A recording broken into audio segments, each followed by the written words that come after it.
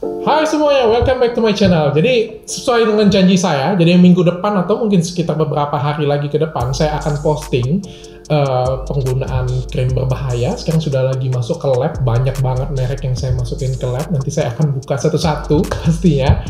Tunggu tanggal mainnya, tapi saya akan buat pendahuluan tentang penggunaan krim berbahaya atau krim yang menggunakan merkuri dan hidroquinone. Apa itu merkuri dan hidroquinone? Bagaimana analoginya? Bagaimana cara lepas daripada krim itu? Saya akan kupas tuntas di sini. Jadi kalian dengarkan dengan baik, mudah banget didengar. Jadi saya akan buat semudah mungkin sehingga kalian akan mudah mengerti lah pokoknya tentang merkuri dan hidroquinone. Oke, kita akan bahas. Jadi merkuri dan hidroquinone itu sebenarnya kalau saya andaikan sih, itu seperti narkobanya kulit. Apa itu narkobanya kulit? Ya sama seperti narkoba pada umumnya. Kalau narkoba ya umumnya awal dimakan ya enak, fly, happy. Saya nggak pernah pakai narkoba sih, tapi pastinya seperti itu. Tapi narkoba punya efek sakau. Jadi kalau misalnya dia berhenti pakai, itu ada efek sakau atau efek ketergantungan. Nah, karena merkuri dan hidroquinone tadi saya sebut seperti narkobanya kulit.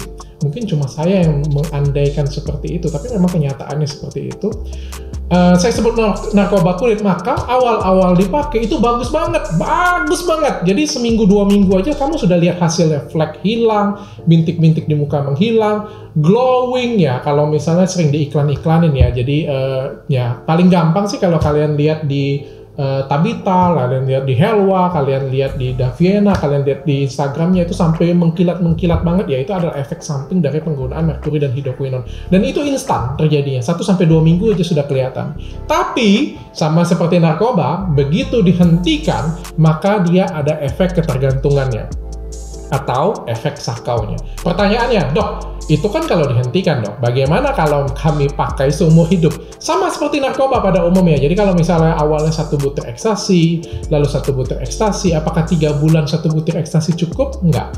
Tetap akan minta naik dosis. Kalau tidak naik dosis, maka akan terjadi ya, tetap akan terjadi ketergantungan.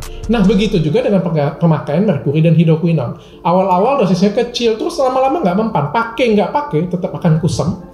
Lalu ya dinaikin dosisnya bagus lagi. Wih hebat, dokter ini lebih hebat lagi, muka aku kembali glowing lagi. Atau krim ini lebih hebat lagi, muka aku kembali glowing lagi. Tapi habis itu ya tetap tinggal nunggu waktu kapan kebentur tembok atau tinggal tunggu waktu kapan overdose-nya. Dan biasanya kalau sudah overdose, biasanya ada seperti berat, seperti gambar di sampingnya. Di gambar di samping ini sudah okronosis berat. Banyak pasien datang ke sini di tempat saya, mau dari Jakarta, Kalimantan, Sulawesi, setelah lihat di YouTube saya, datang seperti ini, saya mau ngobatin flek saya. Sekali lagi saya bilang ini bukan flek ya, ini bukan melasma, ini dinamakan dengan okronosis. Okronosis adalah efek samping penggunaan merkuri dan hidroquinone. Saya akan buat pengandaian, jadi suatu cerita yang lebih mudah untuk kalian mengerti bagaimana cara mengobati okronosis atau ketergantungan merkuri dan hidroquinone. Oh ya, sekali lagi saya bilang, ketergantungan merkuri dan hidroquinone ada banyak macam ya, tidak semuanya satu. Jadi ada ya seperti ketergantungan narkoba, ada yang gemeteran, ada yang demam, ada yang menggigil, ada yang stres, ya, ada yang tertekan, depresi, ada yang air liurnya keluar terus, hipersalivasi dan lain sebagainya ya. Jadi begitu juga dengan begitu kalian lepas hidroquinone dan merkuri ini, ada yang breakout-nya jerawat semua wajah, ada yang berintisan semua wajah, ada yang ngeflek aja semua wajah ya. Kadang-kadang orang bilang waktu ganti ke krim yang alami, orang bilang ini purging. Enggak, bukan ya. Ketika kamu lepas bahan seperti itu punya, maka ya akan terjadi hal yang seperti itu. Hal-hal yang ketergantungan saya bilang. Dan ini bukan efek tidak cocok dengan krim yang baru, padahal krim yang barunya itu normal, natural kayak gitu punya. Nah, ini harus kalian paham. Nah, saya punya cerita seperti ini. Kalau misalnya kalian datang ke dokter, misalnya aja nggak bisa buang air besar, Pertanyaannya kayak gini, saya ada satu dokter ngasihnya itu pepaya. Jadi dikasih pepaya kayak gini punya. Terus kapan dia buang air besar ya? Mungkin ya 1 minggu atau 2 minggu lagi, itu pun setelah makan kucingnya. Pertanyaannya, apakah kamu yakin pepaya bisa menyembuhkan susah buang air besar? Pasti bisa, karena di mana-mana itu sudah pernah dibahas, pasti bisa. Tapi memang butuh waktu, karena ini natural. Satu lagi, dokternya kasih obat pencahar, atau saya sebut merek, misalnya merek yang paling terkenal Dulcolak lah ya. Kapan dia buang air besar? paling lama besok pagi kali ya. Yang mana yang lebih bagus? Apakah dulkolak atau pencahar ataukah pepaya? Kalian semuanya pasti bilang ya tergantung. Kalau lihat efeknya yang bagus pasti ini. Kalau dilihat dari jangka panjang ya pasti ini. Oke, sekarang saya tanya, yang mana yang kalian lebih pilih? Pepaya atau dulkolak? Pasti dari kalian akan lebih banyak memilih ini. Jadi yang bagus itu tidak hanya berdasarkan efek, tapi yang bagus itu juga kita mereview dari bahan yang digunakan. Jadi begitu juga dengan kita ngomong krim. Krim ini bagus atau tidak berdasarkan dari efek cepat atau lamanya glowing. Jadi 1 minggu, 2 minggu glowing itu tidak menentukan bagus atau tidaknya. Orang yang pintar, orang yang cerdas, melihat bagus atau tidak krimnya juga dari bahan yang dipakainya juga. Nah, seperti kita memilih obat tersebut.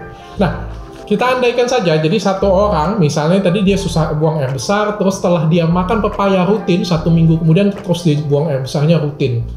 Lancar dia buang air besarnya. Selama 1 tahun dia makan pepaya terus, dan buang air besarnya jadi lancar, jadi sembuh dia. Yang satunya lagi, dia susah buang air besar, dikasih dulkolak, dia besoknya buang air besar, terus besoknya lagi dikasih dulkolak lagi atau pencahar lagi, dia buang air besar terus. Selama 1 tahun dia makan obat pencahar terus-terusan untuk buang air besar. Pertanyaan saya, 1 tahun berlalu, pasien A, pasien B. Setelah saya berhentikan pepayanya, saya hentikan obat pencaharnya, saya berhentikan. Yang mana yang bisa buang air besar rutin? Kalian sendiri yang nilai. Jadi menggunakan pepaya, walaupun dihentikan pepaya, dia pasti tetap bisa buang air besar rutin. Sedangkan waktu dia pakai obat pencahar, begitu kamu berhentikan obat pencaharnya, percayalah 1 minggu dia nggak bisa buang air besar pasti. Pertanyaannya, pasien seperti ini datang kepada saya. Jadi pasien yang okronosis seperti ini datang kepada saya. Dok, saya bisa sembuh nggak? Jawaban saya 100% kamu bisa sembuh. 100% kamu bisa sembuh. Mau flek bagaimanapun juga, mau okronosis bagaimanapun juga, mau beruntusan bagaimanapun juga, mau jerawat bagaimanapun juga, kamu pasti bisa sembuh. Seperti pengguna narkoba yang ketergantungan datang, asal dia mau stop pakai, maka kamu pasti bisa sembuh. Kamu punya masa depan nggak? Kamu masih punya masa depan. Kamu bisa cantik nggak? Kamu masih bisa cantik. Tapi dimulai dari stop menggunakan merkuri dan hidroquinon tersebut. Jadi stop menggunakan obat pencahar ini. Begitu kamu stop menggunakan obat pencahar, apa yang terjadi? Pasti susah buang besar. Dan itu nggak bisa dihindari. Nggak akan mungkin kamu bisa menghindari efek samping ini. Oke, lalu apa yang kamu gunakan? Tetap menggunakan pepaya atau tetap menggunakan bahan alami untuk menggantikan hal ini. Pertanyaannya, apakah mudah waktu mengganti ini, waktu diganti pepaya yang tadinya pepaya satu pasien A tadi yang 1 minggu langsung buang yang besar, apakah begitu digantikan ini 1 minggu langsung bagus pencernaannya? Enggak seperti itu. Butuh proses yang lebih lama untuk memperbaiki apa yang terjadi dalam diri kalian karena sudah dirusak oleh obat-obatan tadi. Nah, begitu juga dengan penggunaan krim ini.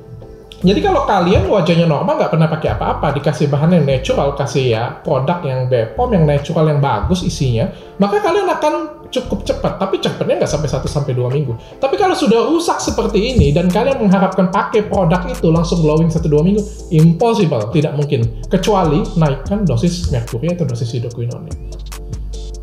Cukup dipahami ya. Jadi pertanyaannya lagi selanjutnya adalah, yakinkah dok pepaya ini akan mensubstitusi obat-obatan ini? Saya yakin 100%. Saya yakin 100%. Tapi memang butuh waktu.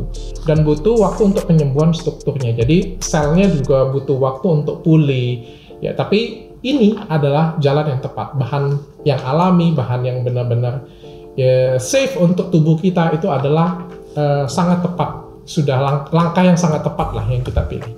Mudah-mudahan informasi ini bermanfaat sekali untuk kalian. Ya, jadi stop menggunakan merkuri dan hidroquinon dalam bentuk apapun. Hidroquinon boleh dipakai, sekali lagi saya bilang hidroquinon boleh dipakai, tapi hanya di spot wajah tertentu dan tidak boleh jangka panjang. Ya.